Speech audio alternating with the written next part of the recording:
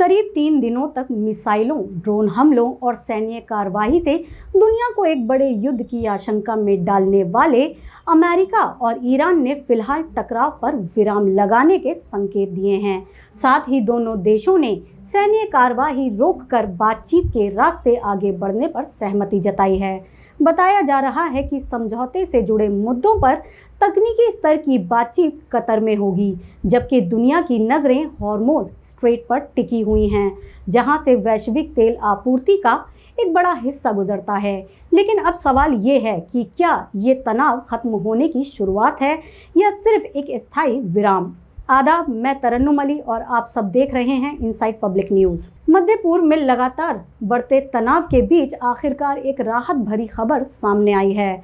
बताया जा रहा है कि अमेरिका और ईरान ने फिलहाल एक दूसरे के खिलाफ सैन्य हमले रोकने पर सहमति जताई है। पिछले 3 दिनों से दोनों देशों के बीच जवाबी कार्रवाई का दौर लगातार जारी था, जिसने पूरे क्षेत्र में युद्ध जैसे हालात पैदा कर दिए थे। बताया जा रहा है कि दोनों पक्ष अब बातचीत के जरिए विवाद सुलझाने की दिशा में आगे बढ़ना चाहते हैं और इसी मामले में तकनीकी लेवल की बातचीत कतर में तय हुई है, जहां समझौते से जुड़े मुद्दों पर चर्चा होगी। बता दें कि तनाव की शुरुआत उस वक्त हुई जब अमेरिका ने ईरान के मिसाइल और रडार ठिकानों पर सैन्य कार्रवाई की। अमेरिकी प्रशासन का दावा था कि ये कार्रवाई क्षेत्रीय सुरक्षा और अपने सहयोगी देशों की रक्षा के लिए की गई, जिसके जवाब में ईरान ने कुवैत और बहरीन में मौजूद अमेरिकी सैन्य ठिकानों को निशाना बनाया। और इस जवाबी हमले के बाद पूरे पश्चिम एशिया में तनाव चरम पर पहुंच गया, जिस पर आशंका जताई जाने लगी कि ये संघर्ष किसी बड़े क्षेत्रीय युद्ध का रूप ले सकता है। इस पूरे मामले में सबसे ज़्यादा चिंता हॉर्मुज़ स्ट्रेट को लेकर रही, जो कि दुनिया के सबसे महत्वपूर्ण सामुदायिक व्यापार मार्ग में शामिल है और इसी रास्ते से हर दिन लाखों बैरल कच्चा तेल और प्राकृतिक गैस दुनिया के कई देशों में पहुंचती है।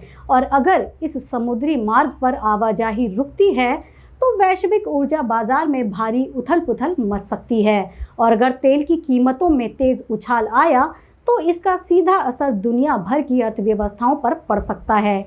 इसी वजह से समझौते के तहत ये सुनिश्चित करने की कोशिश की जा रही है कि व्यावसायिक जहाज़ों की आवाजाही बाधित ना हो और अंतर्राष्ट्रीय व्यापार सामान्य रूप से चलता रहे। अमेरिका और ईरान के बीच फिलहाल भले ही सैन्य कार्रवाई रुकती हुई दिखाई दे रही है, लेकिन हालात पूरी तरह सामान्य नहीं हुए हैं और अब दोनों देशों के बीच अविश्वास अब भी कायम है और किसी भी छोटी घटना से तनाव फिर से बढ़ सकता है।